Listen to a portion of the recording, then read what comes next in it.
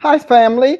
Well, in case you haven't heard, today is Friday, and Friday is Q&A day. This is the time that we get to ask, you get to ask questions, and I get to answer them. And already we have a couple of questions that have come in that I want to answer. But before I do, let me encourage you to, again, and I know I sound like a broken record, but you know what? Different people listen to me every day, and some people are just catching on with us. And even though those of you have heard it again and again, we have people who are just catching on with us. So I want to say, go to my website, drpaulaaprice.com, and sign up for our June Tulsa Prophetic Training Institute. We hold it every year, and it's not for profits only. It's for people who are in God, seeking God, and who have God walking and talking in them and want to understand it. So it is not for profits only. The reason that we punch up the prophetic part is because God does everything. He starts everything with a prophet. And because he does, then people need to understand his word. For example, the Bible is written by, believe it or not, prophets and apostles. Moses, the law, who is a type of prophet, they call him a Shaliach or Seliah, Seliah. And then there is the prophets that come under Samuel based on what Moses established as the law. And then in the New Testament, Jesus comes as a prophet. Isn't that something? He comes as a prophet as well as Messiah and David's seed and all of that. The man is the holistic holism of God's biology, God's constitution. That is Jesus. And so we have that. And then afterwards, we have the apostles. If you go to Luke 24:44, you can verify what I'm saying, because he says that the scriptures are about the law of Moses, the Psalms, and the prophets. That's important. Luke 24:44. So if you like scripture, you love Bible, you want to be here in June. So again, go to my website, and when you get there, say, I'm coming. And when you tell me you're coming, we're going to pray for you, pray for your money, pray for your business, your enterprise, pray for your time off, pray for your support, and for people to take care of your family if that's needful, to watch over your affairs in your absence. We're praying for all of that. When you're there, make sure you let us know that you are on the Lord's side. Sign up and become part of that. And lastly, I want to encourage you to subscribe to my Facebook channel, which is very different. We put different things on the Facebook channel. We do different things because we're talking about now a symbiosis, a synergy between you and us that makes us one. So do that. Let me thank you again for your seeds, and then welcome all of the people who've been joining us. Welcome to the Lord's Side Apocalyptic Warrior Campaign. Lord's Side Apocalyptic Warrior Campaign. We're coming to the end of these introductory tutorials, but that's not the end for us. We got more planned for you. But now that I've gotten all of the business out of the way, Norma, I think it's time for a question. I think so. All right. The first question is a two-part question. Okay. The first question is, how do you identify the devil in your seat? And the second question is, how do you know you've defeated that devil? Well, very interesting. Uh, the Lord told us that he would have the threefold and the fivefold, that his church would take over world leadership. That was Jesus's. That's still his big vision. We don't really see the fulfillment of it until Revelation 15. So let's just, whatever your calling is, you need to know that the false often precedes the truth. So that's something. Saul came before David so that the people would be ready for David. So the false always precede the truth. So the first thing you need to know is what your seed is. Like, what is it that God called you to do? And then you need to find out if it's whatever level it's called to be.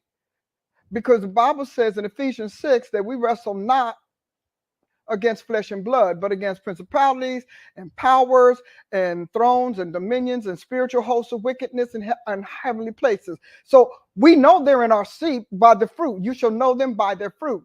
And when you look at the fruit of pagan and antichrist and witchcraft and sorcery and occultic leadership, you see all of the fruits of Satan's doom. You see death is made light of. Why do we have abortion? Because devils need dead things.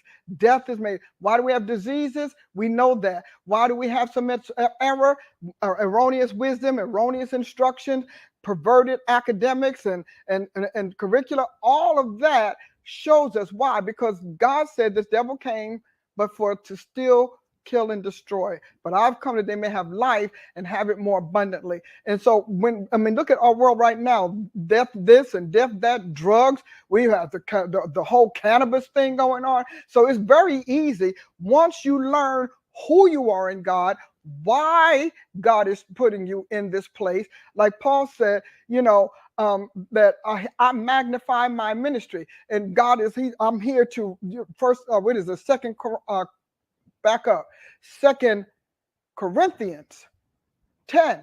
We wrestle not against flesh and blood. Okay, but we cast down arguments and every high thing that exalts itself against the knowledge of God, bringing every thought into captivity to the obedience of Christ, when first our obedience is fulfilled.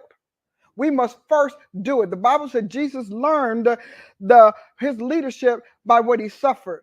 He learned to be a faithful high priest, to be sensitive toward those, and a faithful intercessor. So these are all just things for you to begin with, because the question is really a loaded question. And I'm just trying to give you the gist of what it means to know that you have a devil in your seat. You have to first know it's your seat. And then you have to know that you are the person to unseat that spirit. I have a teaching on spiritual protocratics that I'll be bringing out shortly, talking about the unseen powers that rule God's government and God's creation. That's going to answer a lot more of these questions. But for now, first thing, know that you are so called. Secondly, know that it is your seat. Thirdly, know what that seat requires. What is the position description?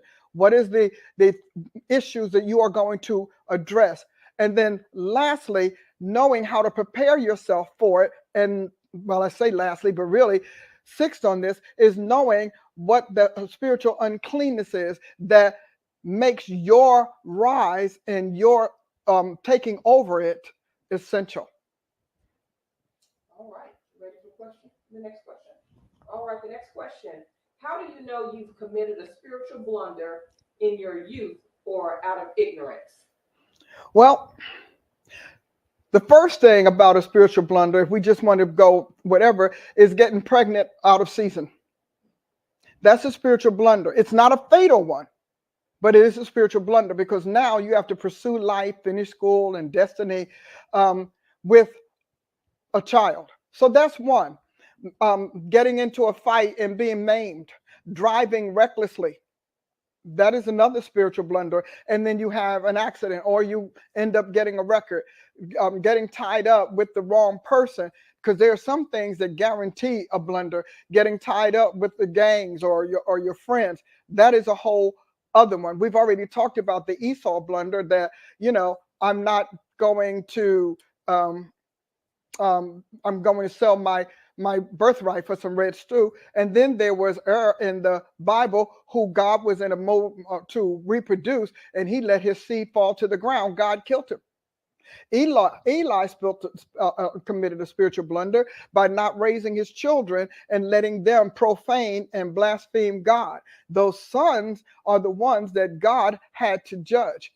And we can go on down the line, because there are a lot of things that you can do. Not obeying God as a youth, taking a drug and or testing drugs or some other intoxicant that will impair your vision or frustrate you, dropping out of college and not finishing what it is that you were called to do.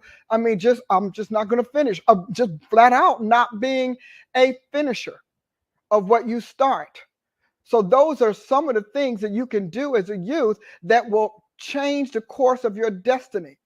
I mean, think about Esau. It changed his destiny, but it set Jacob on the right path for destiny. All right, we have a third question. Ah, Well, actually, it's a two-part question. Could you explain or elaborate on when a prophet is being errant, but not necessarily a false prophet. Mm-hmm. Second part, at what point does being errant or immature switch you over to be a false prophet? Good thing. The whole premise of a prophet is that a prophet speaks the words of God. The prophet voices God. That's the first. Lay that down as the bedrock of every prophecy. The prophets of God, and it doesn't matter, all prophets, the prophets voice the God they represent. So now, what does that mean? That means that you have got to know the God you're speaking for, the God you're giving voice to. You've got to know that deity's ways, beliefs, values, system. You pick it. You've got to know it. The second thing is that you've got to learn that the word or the communication style, and then become adept at the issues that you speak to. For example, you can become errant as a prophet because you want something to happen and you're using your position with God, your mantleship, you're using your prophet spirit to cause it to be. That's errant. I mean, you think about Balaam trying to curse Israel. All of the other times, God seems to let him have his way. But when it came to something God wanted, he didn't. Deuteronomy 13 will tell you that if a prophet gives you a prophecy that ultimately takes you away from God, that is a false prophet. And you should know that. False prophecy will always conflict with God's will for your life, always rival God's truth, and will always try to preempt Jesus Christ or redefine him in your life. Those are all errant tactics and motives for prophesying what God did not say. God says in Jeremiah, I did not send these prophets, yet they ran. They start talking about peace, peace, and I'm waging war. See, because you're contrary to what God is actually doing. And the whole reason for false prophecy is to cause people to disbelieve God, fall out of faith in God, and begin to have faith in someone who sounds like them, who makes them feel okay, who affirms what they think is God because it's what they want so badly.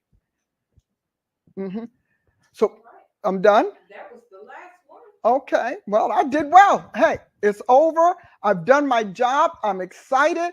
We are finished this whole introductory journey of the Who's on the Lord's Side Apocalyptic Warriors Campaign tutorials. Now it's time for us to get down to business. Stay tuned so I can tell you what's next and how we can continue to go forward.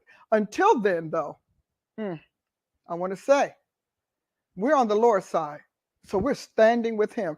Don't lose what you've gained during these times. Don't, because I'm not letting you go. I'm hanging tough, so hang tough with me. Don't lose what you've gained. Don't walk away and stop the looking every day for something to know what we're going to do and what God is doing to keep you on his side so he can use you in his army.